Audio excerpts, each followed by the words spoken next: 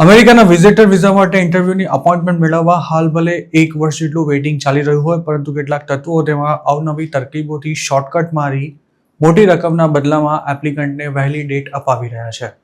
અત્યાર સુધી interview slot ફાળવવામાં એક રીતે કહીએ તો બધું લોલમ લોલચ ચાલતું હતું અને સિસ્ટમમાં રહેલા છીંડાનો ઉપયોગ કરી લોકોએ ખાસી કમાણી પણ કરી લીધી હતી. જોકે તાજેતરમાં જ અમેરિકાએ આવી રીતે બુક કરવામાં આવેલા ઢગલાબંધ સ્લોટ્સ કેન્સલ કર્યા હતા.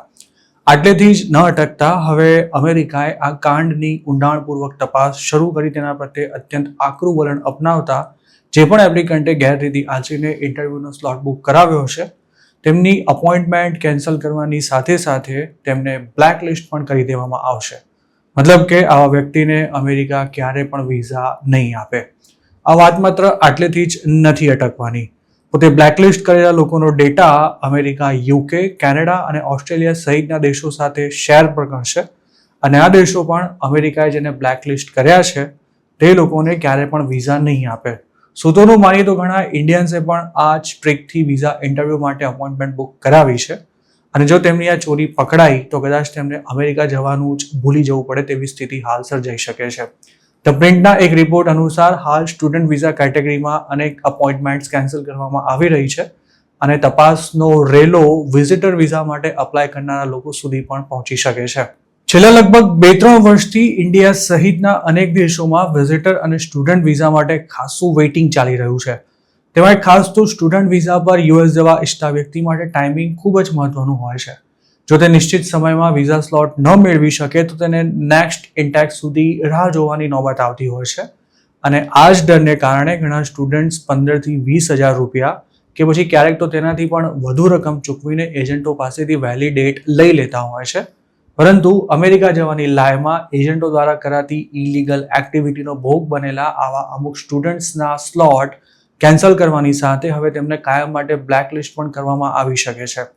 અત્યાર સુધી જે ટ્રીકથી આ સ્લોટ બુક કરાતા હતા તેમાં ચાઇનીઝ સોફ્ટવેરનો પણ યુઝ થતો હતો જે દરેક સેકન્ડે અવેલેબલ સ્લોટ્સ કે પછી નવા ખુલતા સ્લોટ્સ પર નજર રાખી અવેલેબિલિટી દેખાય તે સાથે જ સ્લોટ બુક કરી દેતું હતું, જેથી નોર્મલ પ્રોસેસથી અપોઇન્ટમેન્ટ લેનારાને કાયમ લાંબા વેઇટિંગમાં જ રહેવું પડતું હતું. જે લોકોના વિઝા એકવાર રિજેક્ટ થયા હોય તેવા પણ ઘણા લોકો આ જ પ્રકારે ફરી અપોઇન્ટમેન્ટ બુક કરી 1-2 મહિનામાં પાછા ઇન્ટરવ્યૂ માટે પહોંચી જતા હતા. જોકે ફરી ઇન્ટરવ્યૂ આપવા આવેલો વ્યક્તિ અગાઉના રિજેક્શન બાદ આટલી જલ્દી ડેટ કઈ રીતે લઈ આવ્યો તે મામલો જ શંકાસ્પદ લાગતા આવા લોકોને વિઝા મળવાના ચાન્સ પણ સાવ ઘટી જતા હતા. અમેરિકા અને અન્ય કેટલાક દેશો ઇમિગ્રેશનને લગતો પોતાનો ડેટા એકબીજા સાથે શેર કરતા રહે છે અને આ સિસ્ટમ વર્ષોથી અમલમાં છે.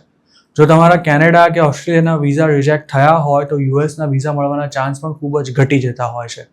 જોકે હવે તો અમેરિકા એટલી સખ્તાઈ અપનાવવા જઈ રહ્યું છે કે વિઝા રિજેક્ટ થયા હોય તેવા લોકો જ નહીં પરંતુ જેમણે ગેરરીતિ આચરીને વિઝા સ્લોટ બુક કર્યા છે તેમને પણ બ્લેકલિસ્ટ કરી આ ડેટાને બીજા દેશો સાથે શેર કરવામાં આવશે, જેથી વહેલા અમેરિકા જવા હોશિયારી કરનારાને અમેરિકા તો શું બીજા પણ કોઈ દેશમાં કદાચ જવા નહીં મળે. ઘણા ગુજરાતીઓએ કેનેડાવાળી લાઇનથી અમેરિકામાં ઘૂસવા માટે આ જ ટાઈપની એક ટ્રીકનો ઉપયોગ કર્યો હતો, જેમાં એપ્લિકન્ટના પાસપોર્ટ પર અમેરિકાના ફેક વિઝા સ્ટીકર લગાવી કેનેડાના વિઝા માટે અપ્લાય કરવામાં આવતું હતું અને આવા લોકોને ફટાફટ વિઝા મળી પણ જતા હતા.